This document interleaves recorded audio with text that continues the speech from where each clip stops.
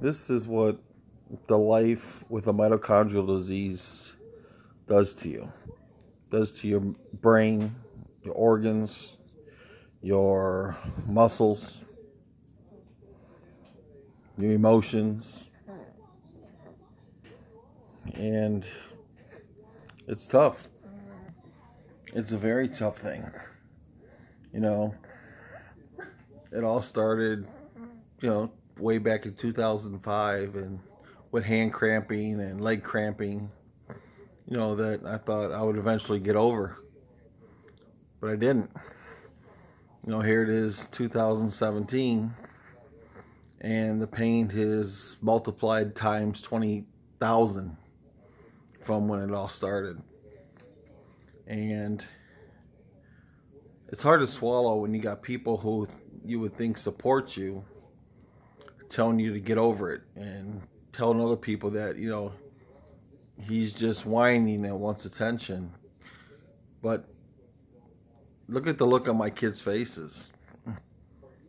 Look at the emotional stress my kids are going through.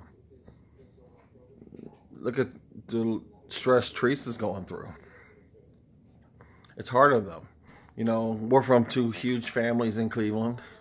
Tons of friends in Cleveland. And since my health started dwindling in 2014, I think I've talked to 2 people about my health from Cleveland in the family who check up on me. And no one calls the kids and checks on them, checks on Teresa, which is the most important thing. My kids are going through hell because of my disease. They're sitting here watching me wilt away like a flower in the shade. And it's not fair to them. When you walk through your life and the things that gives you your energy in your body, and which produces almost 90% of the energy in your body, is shutting down and it don't happen, it's tough. Then you add in your elements of weather, humidity, 90-degree weather. But again, I'm told there that everyone gets hot. Yeah, catch me on fire. I'll take that over what I got going. And mitochondrial disease is tough. I mean, it plays with your mind, like I said, with your emotions. There's no taking a nap and feeling better. It's having bad days, then you have worse days. And then you have days where you just literally want to crawl under a rock because you hurt that bad. And when you take the quality of life from your children, it's hard. I haven't worked since February. I've had 13 surgeries last year, 4 this year, 1 coming up on August 24th. I have a left shoulder that I can't do nothing with. I can't lift a loaf of bread. I can't turn a door handle. And with my mitochondrial disease, the spontaneous compartment syndrome, this PAI4G mutation that oncology found in my bloodstream, I'm not a candidate for any kind of major surgeries, especially a complete shoulder replacement, because the fatality rate of me on the table is at about a 99.99%. And that's hard to swallow, especially when you find out 3 days before Christmas last year. That could be the outcome. But they did refer me to a hospital up in New York City called the Hospital of Specialty Services. And they do very high-risk surgeries. It's supposed to be the best on the East Coast. But again, I don't have a money tree in the backyard. I haven't brought a check into our home in over 2 months. The financial burden of a mitochondrial disease is tough. I mean, you've seen that with all the medications. And doctor bills and braces and deductibles, and it goes on and on and on. You know, you get to the point to where you say, do I feed my kids? Do I get my pills? Do I want to have a month of feeling a little bit better? Or do I want to make sure my kids eat? I always pick my kids because they deserve it. You know, they didn't ask for this disease to happen to me. I sure didn't. You know, I was an athlete. I played baseball and softball my whole life. You know, I know most of my friends on Facebook, they know who I was, what I was about, and what I did. But, you know, I'm a family man now, and I've taken that fun out of family. You know, I can't take my kids to Cedar Point. I can't go take them to a water park when it's hot outside. You know, here it is, July 25th, and I've been outside 3 times this summer. Most of the time I sit in the living room, look out the window, and watch my kids play outside because I can't take the heat. You know, when you sleep 10 hours throughout the day and then go to bed at night and you're still exhausted and you average 1 or 2 hours, you know, sleep at night laying on the bed because you can't lay on your left shoulder, you can't lay on your back because of the pain. It's hard. It's emotional. It's sad. But if it wasn't for, you know, Teresa and the kids, I wouldn't be in the position I am now because I would have gave up. You know, we got great friends out here. I got great friends on the internet, social media that I talk to quite often, checking up on me, new friends. I got anonymous friends that have sent donations to our GoFundMe page. And that really means a lot. You know, it doesn't go for us to get a brand new truck or a new TV. It goes so my kids can eat something besides ramen noodles. Nick can eat something besides ravioli out of the can. You know, we haven't gone out to dinner as a family in over almost 2 years before our granddaughter was born. And she's 1.5 years. And us splurging on dinner is getting 3 pizzas from Little Caesars instead of 2. You know, when the money's just not there and, you know, you're worrying about, do we hide the car? Do we park it down the street? Or are we going to have the big orange eviction notice on the door tomorrow? You know, people don't understand because a lot of you people out there that are on my social media pages, my kids' social media pages, Teresa's, you know, you guys got a good life. You got a perfect life. You know, you don't have health issues, concerns. But I'm sure each and every one of you have had family members that have had diabetes, cancer, pneumonia, you know, different things that can take a life or just make life harder to function. And I bet it broke each and every one of your hearts. Now sit back now and think about your kids watching you deteriorate for 10 years. And your kids are still young. Your granddaughter's 1.5 years. Your other granddaughter's not even a tween yet. And you might not ever see them graduate. You might not see the next Christmas, the next birthday. And these are things that go through your head every single day. They don't go away because each day there's a new pain. You know, and you know, people who are out there who are fitness junkies and get the lactic acid going in the body and it burns and it's a great burn and it feels good. Well, imagine that burn in every muscle in the body 24 hours a day. And the more you do anything, eat, walk, brush your teeth, chew gum, whatever it is, any muscle you use, the lactic acid builds even more. What's it cause? Cause the blood to go out of the vessels, different things happen, muscles shut down, compartment syndromes happen. You know, I wouldn't wish a compartment syndrome on my worst enemy. It's one of the most painful things that you can go through. But there's not a lot of people out there who have any kind of empathy that, because they haven't, I guess, witnessed it, been a part of it in their own lives. You know, it's tough because, short-term memory could be a problem at times. Um, Walking to the kitchen might be easy, but coming back from the kitchen might be even harder. When your 14-year-old daughter finds you laying face down in your kitchen towards the last day of school, and you were laying there for over 2 hours, how do you think that made Haley feel? And Nick feel when Nick sees me get into an ambulance? It's tough. I mean, a lot of you out there, we all have kids, and a lot of our kids are the same ages. Because a lot of you out there on social media, YouTube, Facebook, Twitter, I've known you for a very long time.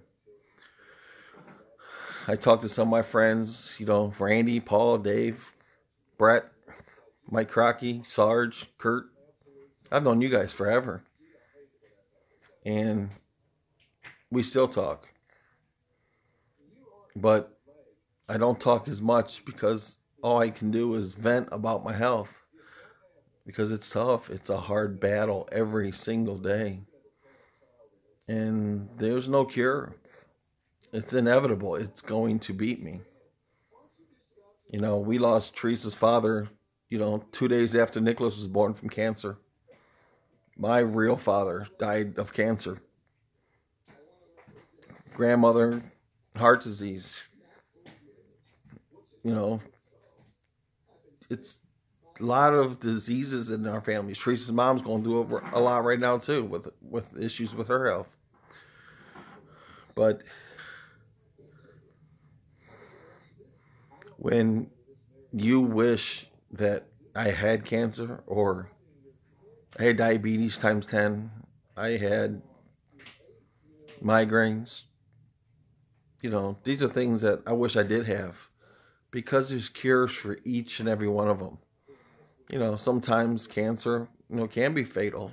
If stage 4, you get it in certain areas of pancreatic cancer, you can't stop it. Gets in your lymph nodes, hard to stop. But if you catch it in time, you can go in remission. Teresa's sister's husband had non-Hodgkin's lymphoma. He's been in remission for a very long time. And I'm sure he prays to God every day and thanks him every single day. But for a long time, I used to ask God why every single day. But I stopped asking why. Because, people say, well, he challenges the strong ones. He needs people to inspire others. Have I done that? Absolutely. When I was diagnosed, I said to myself that every day I'm going to change someone's outlook on life for the better. And I really feel I have, from customers to employees to friends to strangers. Lying in a hospital bed in front of 25 UTMC medical students and them asking you questions for 2 hours and me giving them my life story for 2 hours on how this all started. It feels good at times. But at the same time, when everybody walks away and the darkness hits because you're in there alone again, it's tough. Getting a pacemaker put in because, my heart stopped for 9.5 seconds, 5 times in 25 minutes. Same day my daughter broke her arm. It's emotional. And I got a strong-willed family. Good for them. I want them to stay strong. But my big question to every single day is, what happens when the time does come? Who's going to be there for them? Like I said, we haven't had family out here once since I've been sick. Not one time. We run to Cleveland quite often. We've gone to Cleveland 11 o'clock at night before, 12 o'clock at night actually before. Because someone's in a hospital, someone's sick, someone's got a bump, someone's got this, someone's got that. We go because we care. Not because we're obligated. I sure wouldn't go at midnight if I was obligated, because that's just not me. I have a heart of gold. My kids, Jordan has a heart of gold. My kids are very close, and I hope they stay that way. because there's not going to be anybody from the family to give them that big hug they're going to need when they decide they have to cut me again, because I have no choice and something could happen. I mean, it's scary. It's every day you panic when you feel something different that hurts. Just last night, got up 9-10 times because I couldn't catch my breath. No pain in the chest, nothing like that, but I felt like someone was sitting on me. You know, it wasn't heart related, I don't think. You know, but when like you look at it, there's 40-some pills you got to take every single day. It's not good for your organs, not good for your brain, because everything's got an interaction with another drug. And when you do all the different seizures and tremors and nerve pain and, you know, all those different pills alone, now you add in your, you know, all your vitamins and supplements, which is good. I need those. But when you get your labs back from a hospital and your hemoglobin's always low, your potassium's always low, critical at times, and you're always thinking about, is tomorrow going to come? Is the next day going to come? And you can't help it at times. But like I said, I wish mitochondrial disease was the popular disease, you know, like cancer, like diabetes. You know, every time you look on TV, you see a commercial about bladder control now, and cholesterol, and cancer, and you name it. I've yet to see one commercial about a mitochondrial disease, even though more kids die from mitochondrial diseases than all childhood cancers combined. You know, every 20 minutes, every single day, a child is born with a mitochondrial disease. Half those children won't see the age of 10. Half.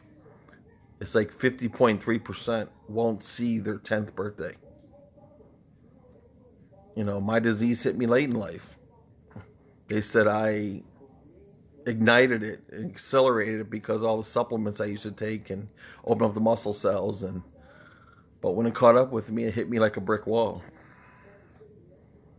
And every day I put my feet down, I thank the Lord. You know, every day I tell my kids every single day how much I love them. I tell Teresa how much I love her. I tell our stupid dogs how much I love them. Because that's the last thing I want my kids to know if something ever does happen, is that I love them with all my heart. I'm proud of each and every one of them. You know, Lauren, Jordan, Haley, Noah, Nick, they're great kids. And it just kills me inside knowing that I'm not going to be there. You know, I mean, I got Nick, who I might not see him graduate. And that scares me. You know, Haley's going into high school this year. Nick's going into the middle school. They're changing schools. They're growing up. They're not kids anymore.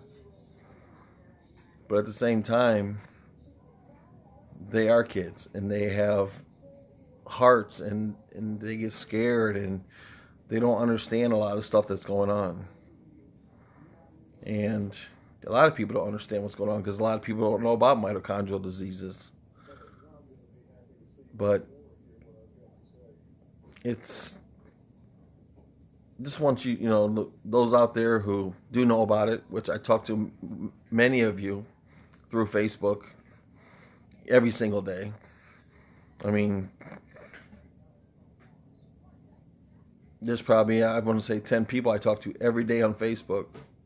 First thing in the morning, mid-afternoon, and at night. And this is that they're checking up on me. I really appreciate that. It goes a long way. You know, but you know, there's times I look at my phone and I'm waiting for that phone call from home in Cleveland. You know, the ones who, you know, you thought would be there. You know, and we got great friends out here in Maumee that, you know, we really consider family. You know, and each and every one of you know who you are. I got friends on Facebook that I've known my whole life who are really like brothers and sisters to me. And they would give me the shirt off their back if they were closer. I know they would. But because they know I would give them mine also. You know, when you sell everything you have to put food on the table, you're upset for a minute, but it's going to a good cause. It's going to my kids because they deserve it. They need it.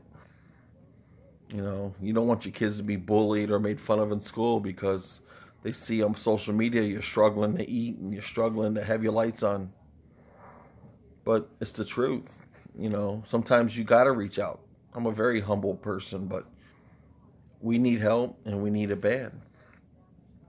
You know, we would like to get a vehicle that can get my scooter around. My scooter doesn't fit in our cars, but we can't afford that. You know, we can't get a rack. You know, I mean, I got Tim Wright down in West Virginia doing everything in the world to try to help me, which I truly appreciate. You know, I got, Tom Aker. He's on, he's down in the Carolinas. Talk to him all the time. Paul's all the way out in Washington State. I mean, I got friends everywhere. Erman, who's travels the country, travels the world, actually. Very nice guy. You know, his daughter just got married recently. And you need that. You need those people who, like I said, the local ones, the ones I'm on Facebook with all the time. You know, Randy, Danetta, Crystal, Barb Judge. I mean, there's a lot of you who talk to me every single day. Linda Kinter. And you don't understand how far that goes with me. You know, there's times you can't talk to, Teresa and the kids about certain things because it's emotional. You know, you want to have that family talk, but at the same time you really don't because you don't want them sad. You want them to stay happy. They're kids. You know, I would love to, take the kids to see the point. You know, my bucket list, going to the Grand Canyon. Everybody tells me it's just a hole in the ground. But I've wanted to go there my entire life. And we're never going to see it. You know, my kids want to go back to Myrtle Beach one day. They loved it. You know, we had a great time with the Ripkeys when we went. And they'll never see it again. You know, I mean, the necessities are first. And we had some great people step in recently from a church, and they helped with our electric bill. That was over $400. Greatly appreciated. So I just ask if, put yourself in our shoes. Put your kids in our kids' shoes. And please, if you can, go to our GoFundMe page. And it's Bob Gross Medical Funds or Medical Burden. Or if you want to send it in the mail to us, we truly need it. And do I feel bad asking? Absolutely. It's embarrassing. I got a lot of friends on here I've known my whole life, and this is truly embarrassing. But my kids need help. Teresa's going to need help. And I want to thank everybody who's been there for us, who's thought about us. The cards we get in the mail all the time. I mean, we got a card the other day that had $1 in it. Got another one that just had a cross in it. Stuff like that. That means so much to us as a family. So, please, if you can, help us. And like I said, we're very grateful. And thanks for watching.